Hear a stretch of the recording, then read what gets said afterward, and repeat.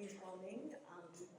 I met Carl 2 years ago at Salt and Stall at this artist residency, and it was for a month, and it was only 2 weeks in when we took our first hike together.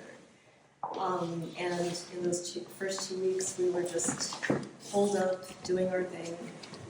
And then finally, we just needed to take a walk. And what I loved about that first walk was looking at things with him through both of our eyes together. And one of them was, the way that there are trails in a walk like that. You see a paint, what would you call it? Like a paint thing on a tree. Yeah, and some of it was just a slash. Some of it was just a marker, like a round marker. And then every now and then there was an arrow, I think. I say I think because I picture the arrow because of Carl. And there's something about going into a space and being able to find signs and arrows and markers that just nudge you in a certain direction. And that's very comforting to me. And I'd love to start off just asking you about your relationship to those nudges in the forest, in the world. Yeah. Okay. Yeah, that's a great start, actually.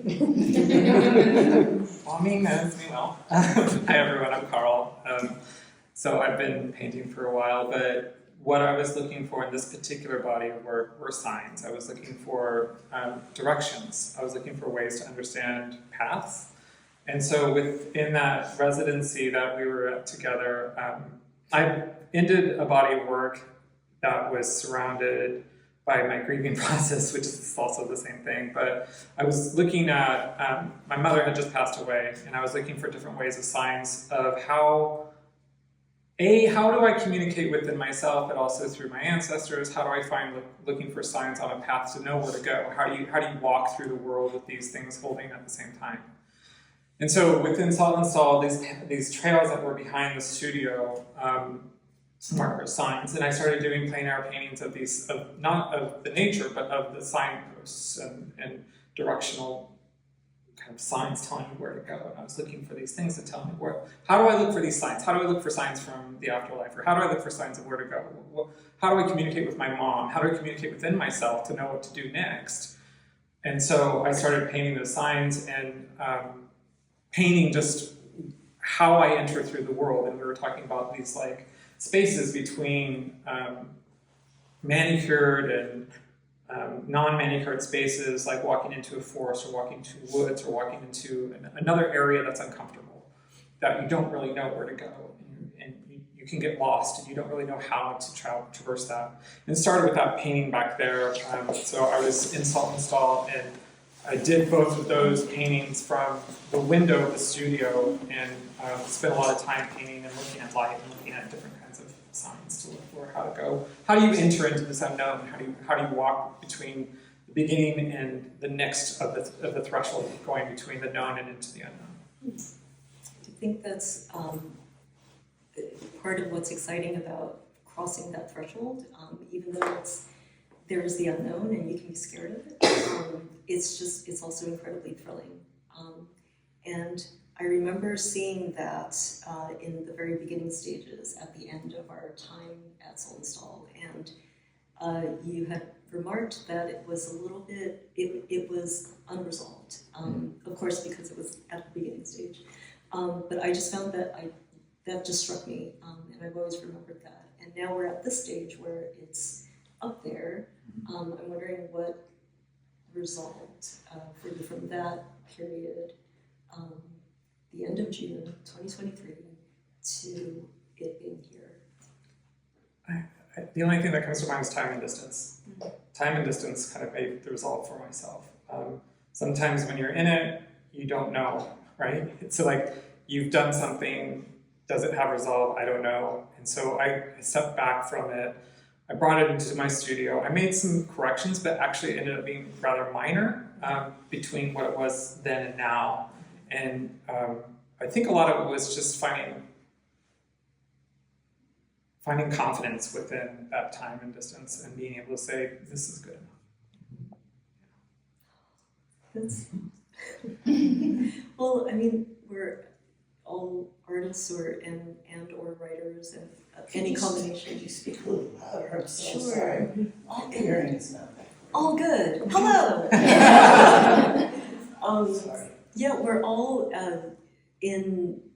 we're all artists in some way, whether we're writing a narrative, putting together a narrative on through paint or through dance, through movement, and I'd love to hear about how that narrative, how quickly it comes to you, or is it like when I look at that amazing skunk, I'm just picturing cosmos, like multiple cosmoses in your head, and you're just trying to get that out, and just, I guess, what that process is like, going around and around. I mean, that is literally around and around. Yeah. But yeah.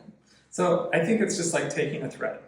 You find a thread, you find a sign, you find something that you begin with, and you start pulling that thread, and you start looking for signs or signals or things that feel within here that make sense. And so there's a lot of symbolism that I've gathered for myself, nomenclature or languages that I've developed for my own visual language, for my own visual story.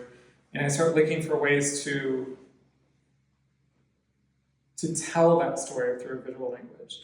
So a lot of it is just kind of diving into it and trusting in the process, but also thinking about what are these meanings for me and my intentions, and how do I create that visual language for this kind of story surrounded by cosmos, thinking about stars, thinking about all these kinds of conversations around what that meaning is. And so I found the language, and we talked about this at lunch, is talking about this language of stars and galaxies and cosmoses, and how with my particular story, and I'm going to just dive into it if that's okay. Mm-hmm. So I was just thinking about how my particular story with my mother, and this is a lot of things that have to do with my mother, and how I was rejected as a queer person, as a young person, and how that affected me in many ways. But with my mother, I got an apology from my mother, and it was an apology that meant a great deal to me, and it was before she passed away, of course.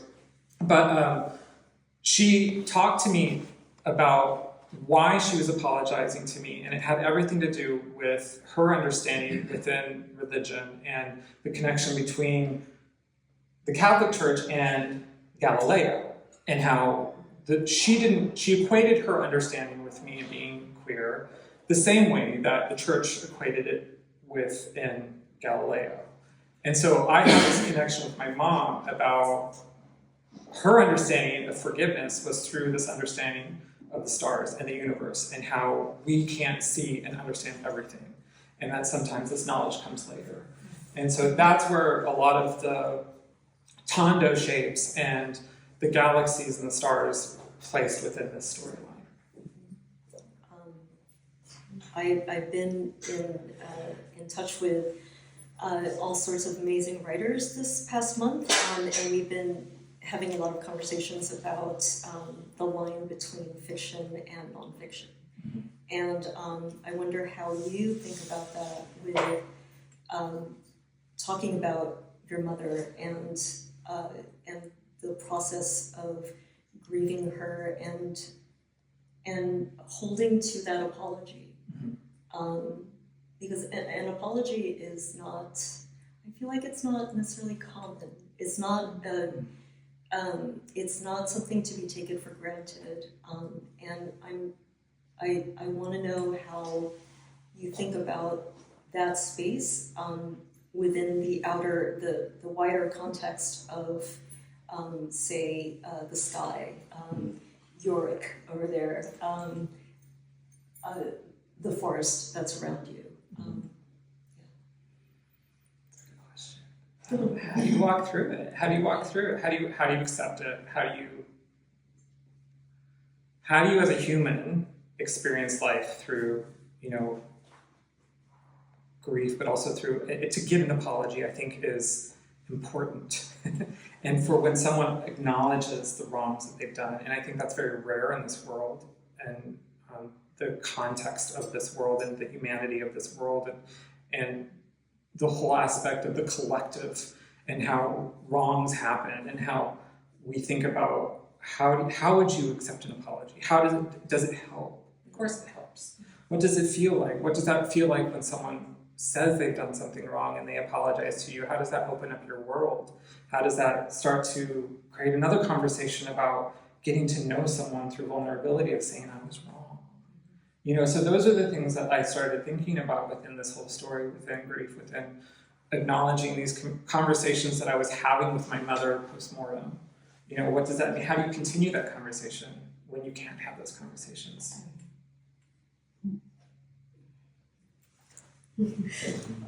I feel like the way the title of this series is called Natural Thresholds, and you have all these other series, and they're all speaking to each other, and I feel like there's this amazing continuity and conversation between each of these series, and therefore with you and your conversation with your mother, so there's this. We have the lovely lady over there who is the sky, and she's just going to tell us what's happening. She's going to tell us that everything's okay. And the amazing skunk. I remember your love for skunks, and it was just the most charming, lovely thing for me to see you go through. Just, I guess we had skunks at Salt and Stone as well, and you would spot one, and it was your face just lit up.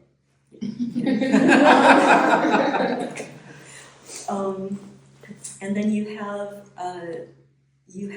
something else called where you focus on queer icons, and it's related to what we were talking about before, talismans, and how we take a figure and elevate them. They're already elevated, but how they mean so much and touch something in us, and it's that there's some kind of direct connection there. And then when you put that up on a canvas, you're still having that direct connection, but other people will bring their own connections. So I'd love for you to talk about that, and we can, if you want to talk about Judy and Dorothy. Okay, so you see me. So there's so many things that are connected for me with Judy. So, you know, I grew up in Kansas. I'm a queer kid. My mom was raised on a farm. She was a farm girl. Her whole, like that whole first scene in Wizard of Oz was basically my mom's family farm. It looked exactly the same. Everything was like, I don't know, it's just a weird synchronicity for me to think about. So then I painted this painting, and it was the beginning of my journey as an artist, and I had gone through the artist way, and I was thinking about synchronicities, and I was thinking about how do I find strength through symbols. And so I decided to make Judy Garland as my talisman, or my deity. And so I did this triptych that's shown here, and it was Judy with 4 arms, and it was reminiscent of a religious deity from Hinduism, and I was thinking about religion and the rejection of people who don't belong in that language and don't belong in that place, and I was wanting to make it my own. And so I took this, and I had her holding the brain for intelligence or whatever, and the courage and heart and home, and putting it all in this like triptych that was also like the frame was modeled after the Ghent altarpiece, and so it was all these like visual languages. And so I held this like through line of this queerness within my work. And so then I started doing that within a series of pre-Stonewall deities that are modern day people that help and created this like work for us to be as equal as possible. And so through that through line, I always had that kind of thread. And then you talk about Morning Walk and the stars, right? So like, this is something I don't really say a lot, but her profile is actually the profile of Judy Garland. So I bring her forward within all of my work. So like I start thinking about how do I bring my talisman, how do I bring my deity with me through every body of work? And so she's always present in every series of work that I do, one way or not, whether it's clear or whether it's not. So within me, within my story, within my courage, within my heart and home, I bring her forward within that. Every answer, I'm just like, You're asking the question.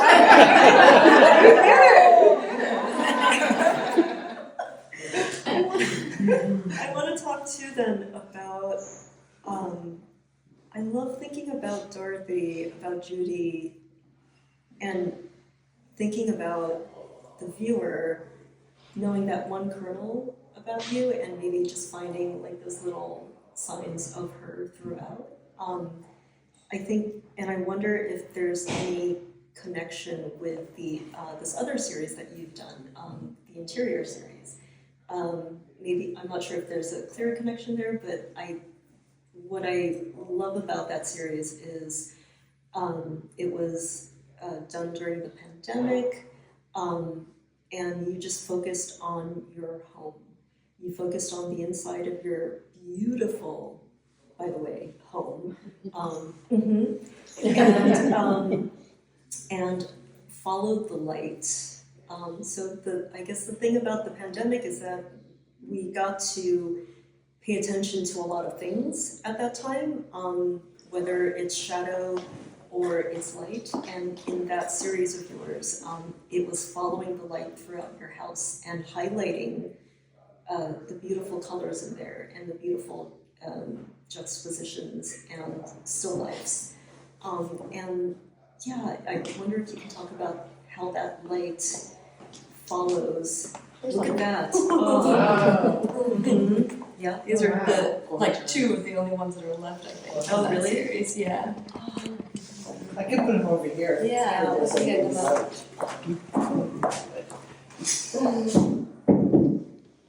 I think what I'm fascinated by especially is just following your train of thought through these series that you have. And this light, I mean, the color palette is completely different from here, but I wonder how they're both coming from you, and how do you connect them? There's a through line, and the palette completely shifted with this current series, and we can talk about that later. But like with that particular series, yes, we were at home. It was very introspective, but it was also a very difficult time, not only because it was the pandemic, but we were caretaking for my mother because she was going through dementia and declined through Alzheimer's, and so there was a lot of my mother was the light, and so like that was what I was looking at. I was looking at how light moved through our space and how she moves through me. And it was very important not to have a figure in the space because the light for me was the figure. It wasn't about a human. It's hard to say, Yeah. you know, like and so it was one of those things where I was like, just kind of like thinking about my time with Mario, my husband, and thinking about how we spent time together, but also how it was kind of a respite from going over to my mom's house and helping her and helping my father and then coming back home, and how do you work through those kinds of experiences, and caretaking for my parents and realizing that they couldn't go out, so I was grocery shopping and cleaning and doing all that. We all did it. We all went through it. And so at the end of the day, I was looking at these moments and signs and looking at light and these signals of spring and signals of changing of the seasons and how they translated through reflection in our home, whether it was through light reflection or how the light changed through the different times of day. And so it was really kind of interesting. And the way that through line happened was that there was the last painting I made for that series was Mario and I were going over to my parents, and we were leaving our bedroom and we were taking the stairs down, and I happened to just turn around and I looked at the door that was closed, and there was this small thread of light, just this beam of light that was underneath the door. And it was so bright and vivid. And it was the only painting that I did from a photo. And I clicked the photo. And then we were going over to my parents' house, and it was after that picture was taken that we found my mom had passed away. So at that moment, that kind of closed that series for me. And it brought me into this series. Mm-hmm. So it was at that moment that I was thinking about my mom, and I was thinking about signs of her, and to talk about one sign that I got from my mom. There's a couple that happened, one being skunk. So my mom and I had a very joint love of skunks. We loved skunks, we thought they were cute, we loved the smell, everything about it. I was that kid with the scratchy sniff that I wanted all the skunk ones, and everyone was like, you're weird. So the night that the very night after my mom passed away, Mario was upstairs and I was downstairs in the front living room, and all of a sudden the whole house smelled like skunk. It just smelled like skunk. Everything was just like this smell of skunk, and I was like, oh my gosh. And Mario was like, what is that smell? I was like, it's a skunk. And then as soon as it happened, it disappeared. It just vanished. And so then Mario was like, do you think that was your mom? And I was like, yeah, I don't know. I don't know. And so then Mario asked me, he was like, well, if you were to ask for a sign from your mom, what would that be? And so I thought for a moment, and I was like, I want mom to send me a meadowlark. And Mario was like, it's February, Carl. It's where?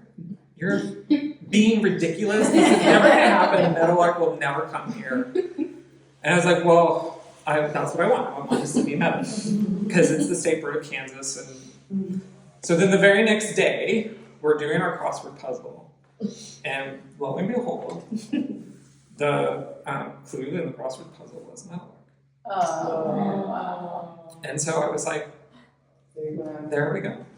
And so that was kind of like the beginning of this series. That was the through line to this series. It's like I was looking for signs. I was looking for ways that I can believe to make grief feel better. So knowing that she's not really gone, if that makes sense. Yeah, and so you said that the color palette shifted in this series. So can you talk about that?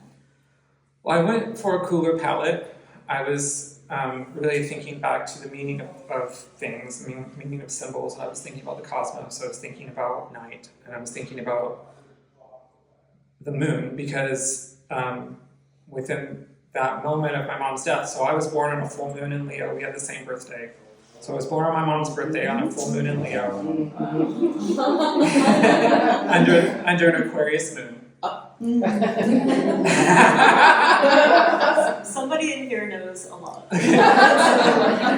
And so then when my mom passed away, she passed away in Aquarius season on a Leo full moon. So this bookend of my existence with my mother between these two full moons, I wanted to honor my mother through the apology, through the moon, through the light of the moon, through the galaxy, through the stars, and by the light of the moon. And so I wanted to think about this series within that color palette. And so I leaned away from ultramarine blue and I leaned towards Prussian blue. And there's a lot of things within Prussian blue, what it's made of. It's made, iron oxide and cyanide. And I was thinking about life and death and grief and all that stuff. And I thought that was really poetic of doing a series about death with something that may cause death. So for me, that was really important to kind of tell that story within this color palette. Yeah, and we're wearing blue, coincidentally. But yeah, I brought this out because of that single blue, that bit of blue over there. Because again, when you showed that to us 2 years ago, I was just struck by this idea of just that little hint of color among all that beautiful green. And I remember, I think the bunch of us were just, you asked us like, what do you see? And that was such a scary question. But, you know, the various answers were, you know, a monster. But because it's in that space, sort of a comforting monster, not somebody who's going to eat you alive.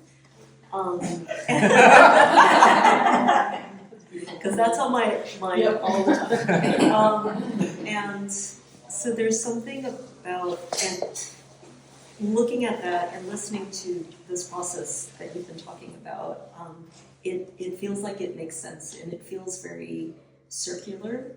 And again, just going around and around and thinking about maybe there's a central question here, but you don't need to pinpoint that. You can go around it and look at it through color. And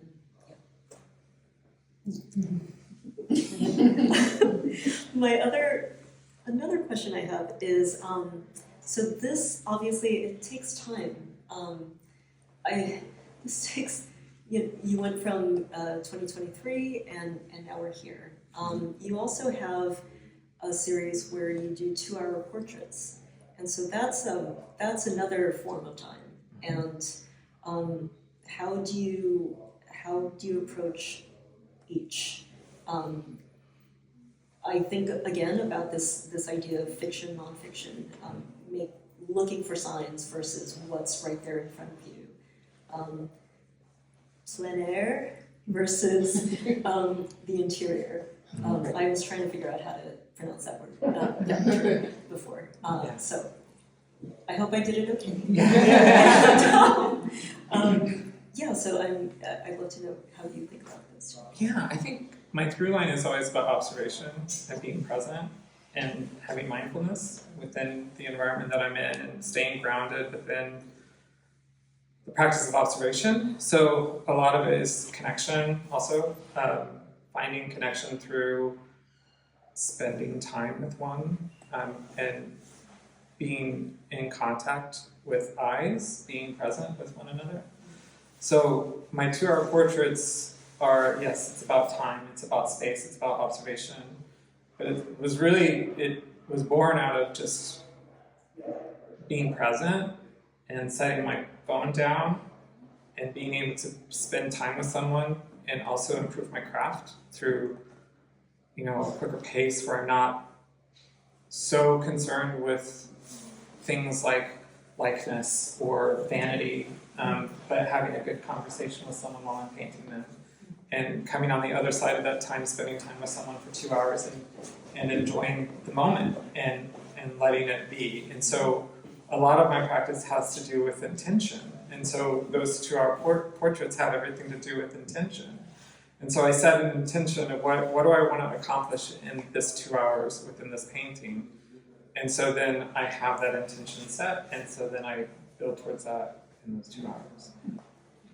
And so that has everything to do with the process that I work in, and those are all done in 12 by 12 squares. And I've done upwards to 500 at this point. And so my goal before I leave this planet is to have at least 1,000, 1,500 before I kind of expire. You said 2,000. I know. More of a realistic goal. I was like, I think. I don't know if I can do that. But I think I could probably do 2,000. I don't know. We'll see. I still have some time.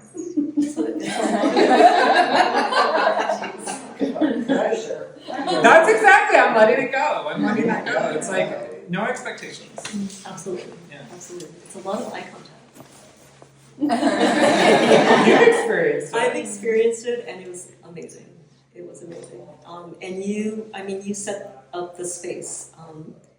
If you want to come in and not talk,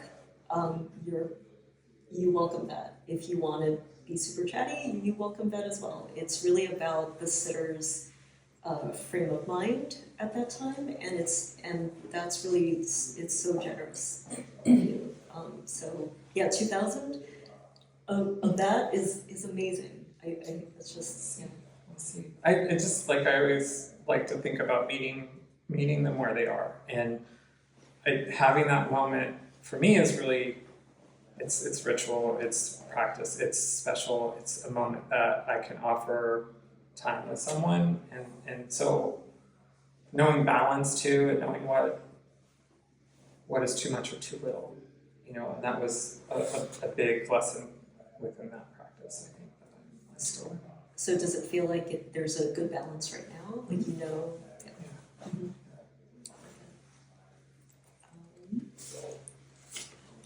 Mhm. You're asking some great questions. So you have a YouTube channel, and I'm gonna end on this. You have a YouTube channel where you have 2 videos that showcase your medical illustrations, and one of them is about coagulation, and the other is about knee incisions. So what? That is a deep cut, yes. I'm prepared. Yeah. So can you talk about that? Because I think you started with medical illustration and biology. Yeah. And how did that go from there to this sort of biology and this sort of incision? Yeah, okay. So I grew up in Kansas. I grew up in a place that I didn't have exposure to art. The only art book that I had growing up was Michelangelo. And so, Not a bad place. not a bad, no, it's not, sorry, it's Da Vinci. It was not Michelangelo, it was Da Vinci. Also, It was one of those lifetime books that my parents had. And so it was like a Leonardo da Vinci.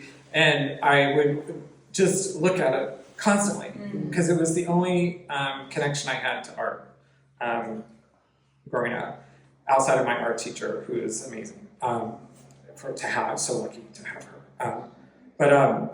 So I had that book, and I didn't know about the existence of making art outside of that kind of realm of that kind of stuff, and I was really intrigued by the science of it and the anatomy and the illustrations that were anatomical, and I was had a high skill for science, and I was actually pre-med in undergraduate school, and culminating in me coming out and having an existential crisis of whatever, like I just shifted my whole existence.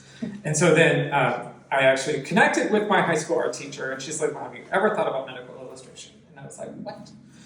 And so I started researching programs, and I got into the University of Michigan, and I did that work, but I think there was always that little baby artist that wanted to come out and didn't know what that meant or what that looked like. And I was able to hone a technical craft in graduate school and ended up getting work after school doing animations of knee incisions and oh my God. all that stuff. So I worked as a medical illustrator for a good portion of my 20s and early 30s. I just think that's so I've always wanted to be James Lipton. So I'm going to ask you, what is your favorite curse word? Love this. Oh, what? I think Mario knows better than me. Wow. What is my favorite? Somebody's Philippines. Son of a bitch! I think that is what it is. Son of a bitch! Yeah, I think that's Just that intonation. yeah, that's not should be the words that I use, but I think that's what I go to because I mean.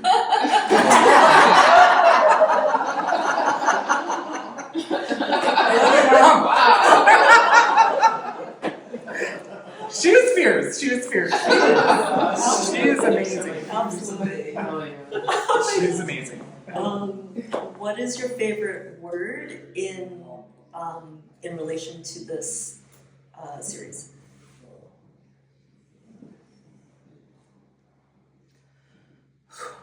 I don't know. It's a really good question. Things that come to mind. I mean, I think hope. Hope. I think that's the word that I would probably use for this, for what I connect to mostly in this work. Okay. With hope, Mhm. I love you, and I'm so honored to be part of this. Thank you so much for making this, and yeah, and thank you all for being here. If there are any questions, please speak now, forever hold your peace. Yes. Thank you so much, and thank you for speaking so movingly of the work and of your mother. That was really meaningful. I have lots of observations and thoughts, and like you, I love the smell of skunk. It's my favorite smell. It's such a good smell. I feel like these paintings here from this other series, this earlier series, really brought to mind Hammerside, the Danish painter Hammerside. Hammerside, yeah. Yeah, a different palette, but like the interior and beautiful. But Thank you.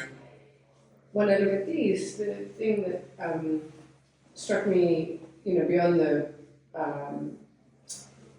kind of nocturnal, talked about the palette and the kind of nocturnal aspect.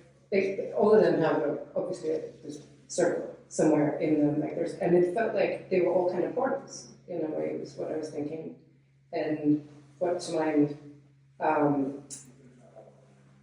Like the portal, it's two different, like here's one dimension and here's the other dimension. Maybe, I don't know if that was.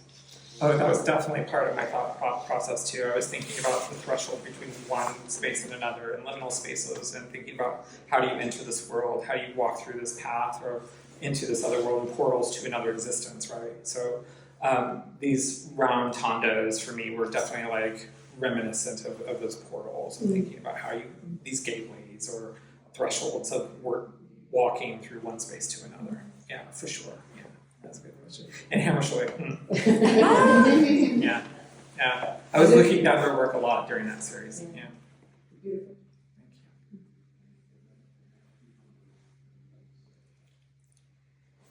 Yes. It's not so much a question, but seeing all the work together, because we know each other, and it's shiny too. I was like, oh, shiny. But I think what it has done in this experience of seeing them all together, because when you think of darkness and death, you think of something just heavy and sad, and there's such an incredible lightness in the work, and it isn't, I don't know, it isn't creepy or daunting. Like, it's a space that is so incredibly beautiful that I want to be in. Like, this painting feels like I'm walking into it. But with every single one, even with like the hands reaching in, the way that you activate the space for the viewer is just absolutely beautiful. It's like an invitation. Yeah, but the darkness without it being dark or heavy is just so incredibly, like, it just draws me right in. I think about that a lot. I think about, the misnomers of what darkness means, right? Like, it was funny that we were at Saltonstall, and there was a lot of books on Jung and that whole idea of the shadow and light, and I was diving deeper into those moments of like where there really is beauty. There's beauty, and I teach my students this all the time. It's like you can't have light without shadow. You cannot have shadow without light. You have to have both. And so for me, it's like the beauty of seeing things, and I oftentimes look back to my youth and thinking about beauty of the night sky, the beauty of how you walk in. I used to be able to walk in my backyard where there's no lights anywhere around, and just feeling the presence of the stars on you, like just feeling those. It just, I always think about that all the time, like thinking about what that means and what that beauty is and how you can find that beauty within night.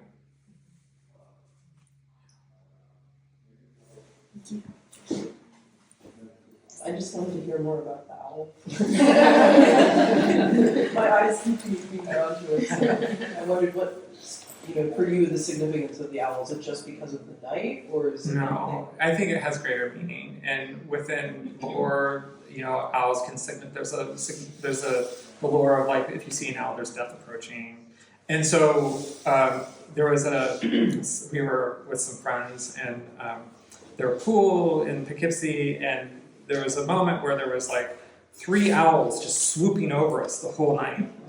And it was relatively close to the time our mom was going to pass. And so I also think about owls too, and how they represent that feminine energy with Artemis, and like, how that has that Greek mythology within that kind of wisdom and knowledge. And so I started thinking a lot about the owl and how, there was 3 of those tondos. There was the cardinal, the lunar moth, and the owl, and each one of those signified an important person to me, and I was thinking about things in 3s.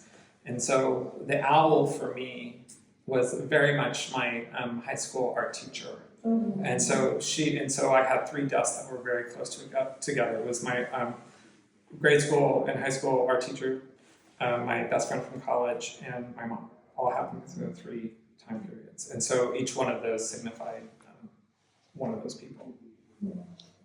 Can I just add a very quick thing to that? Because there's of course the famous Hegel quote about the owl of Minerva only flies at the dusk, which is of course totally ties in, it seems like, with the series and with the people that you're talking about. So that's very meaningful, it seems like. Yeah, it has a great meaning to me. Like thinking about dusk, thinking about things like that, thinking about the lunar moth and how short a lifespan that has, and thinking about my friend who passed away really young, and thinking about those kinds of like symbols for myself. Did you have a question? Yeah, I was very just now when you were saying like, oh, you can't have light without dark. In light of this work, this body of work specifically, and the word that came to mind was balance.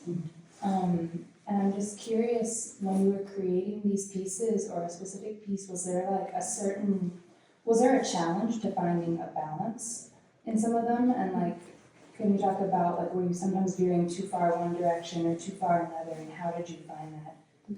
It's a really great question, and that was a really big journey for me with this body of work. It's like, how do I find the balance? I would let myself go as far as possible to one way, and I would let myself go as far as possible to the other way. And then I would find somewhere in the middle, but respecting those points where things were very far and those weren't very far. And so I was trying my best to walk through it without fear, but fear was constantly present. So embracing that fear and embracing my self-doubt, I had a lot of emotional responses to this work. And it wasn't necessarily my proudest moments at times, and it wasn't necessarily my worst moments at times. There was a lot of tears that happened within this body of work. Mario One can feel it. Yeah. So, on some level, we're all looking for balance. We're all looking for peace. We're all looking for things that have meaning. And so I think I don't know the answer to that, I hope. Yeah. I'm from Michigan, so go blue. Oh, yay! And thank you for sharing this beautiful work. And I was curious, you touched on it, and I know that this is probably a bigger story, but when you shifted from pre-med to being an artist, can you share more on that shift and also how that has informed your work today? Yeah. So that has a lot to do with my own personal identity, because when I was in undergraduate school, I was not quite out, and I was living with a lot of men who were going to medical school. So we were all in this space, and I was very young and I wouldn't say I was alone, but I felt alone, if that makes sense. And so I was coming out to my parents, I was coming out to my friends, and I just didn't feel like I could do medical school. I didn't think that and this was my own self-doubt and my own, I wish I would have had the wherewithal at that time to have the knowledge to know I do belong, but I didn't feel like I belong. And not that I wish that at all, because I'm glad that I took the path that I took, but it had everything to do with my identity as a queer person. in my mind. It's all wrapped up in the same. And so when I switched to medical illustration, the reason why I did that was because of my art teacher, but also because I started taking drawing classes in undergraduate school, and I moved to a double major, and I started doing drawing and painting. And it was the first time that I was in an art class where I was like, oh my God, this is where I'm supposed to be. It was the first time that I felt like I belonged, and that's when I met my best friend Amy. That's when I met other art teachers. I met other colleagues and friends that I was just like, oh, where have I been? You know, and that's really where it went. And I found the compromise through medical illustration.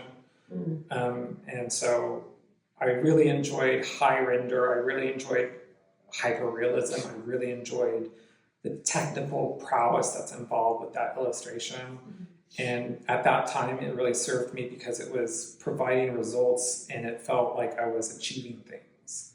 And being able to produce things that were like, oh my God, I did that scalpel really beautifully, was really satisfying. And so I kept moving towards that direction. And then as I was allowing myself to be an artist, and capital A, I started to venture more towards expressive brushstrokes and thinking about painterly style a little bit more. That journey continues. Yeah, I think that's what I love so much about your work now, Carl. Is like you have enough of this there's this realism element in your work that's so satisfying to see that you can clearly connect with it. But you see a painting like the Gems, and there's so much abstraction. There's so much painterly movement in those pieces, and I just think you do a really great job unifying both sides of that. Yeah, I try. Intentions, right? Yeah. Thank you. That means a lot. This has been great. Thank you so much. Thank you for having us. It's a pleasure. It's such a pleasure.